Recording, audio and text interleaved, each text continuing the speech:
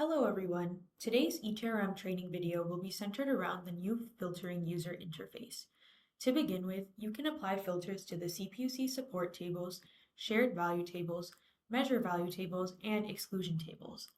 Although this feature is not included in this release or training video, the next enhancement, which we will be creating a separate video on, is being able to apply these same filters to the permutations table and measure development report.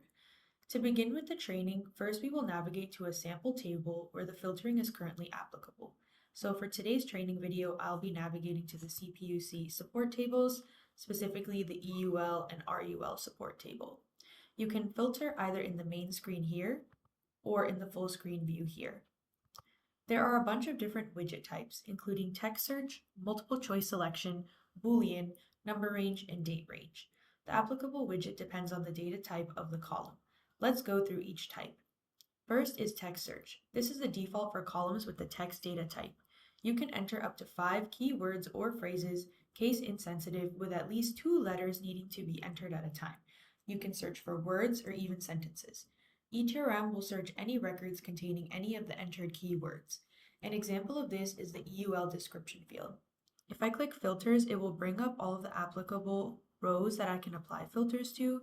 I'll press EUL description, and I'll type in a word, and then press apply, and it will return the 3 fields that include sprinkler in the EUL description. Next is multiple choice, which is also applicable for columns with the text data type. Some columns are pre-configured to have multiple choice widgets instead of the text search. You can select as many options as necessary and can even select all or deselect all by pressing clear. An example of this is EUL ID. So I'm going to press the one filter applied button, press clear all,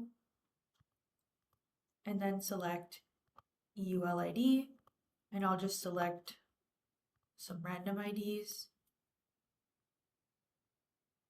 and then press apply, and it will return these 8 rows.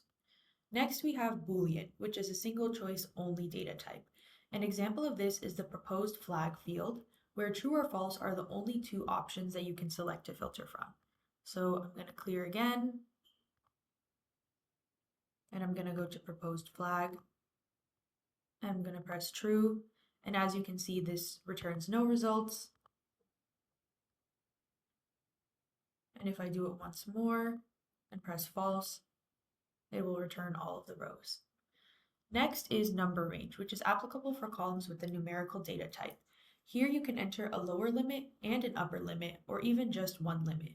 Both limits are inclusive, meaning if you enter values between 3 and 10, the result will include records that have both 3 and 10. An example of this is EUL years. So I'm going to click here, and I'll add this range and press apply, and these are the rows that I've returned. Last, we have date range, which is applicable for columns with the date data type. This operates the same way as the number range. An example of this is the start date. So I'm going to clear, go to start date, and maybe I'll enter something a little bit older just so we can get some results back. And I won't add an end date, and it'll bring me back these 25 rows. One final note that we would like to make is the option to include blank values when filtering. An example of this is EUL maximum years. So I'm going to click here and then press include null/empty values. And as you can see, it will return data that is blank right here. So now that we've gone over the different types of widgets, we will go into more details about the filtering. eTRM gives you the ability to apply multiple filters, and they will return the result that meets all of the filtering requirements. Let's do an example. So right now I have EUL max years, all of the null values applied. We can add some building types in here as well. And these are the values that we get back. However, if you do over-constrain and you add too many filters that don't meet all of the requirements, you will get 0 results. And here's an example of that.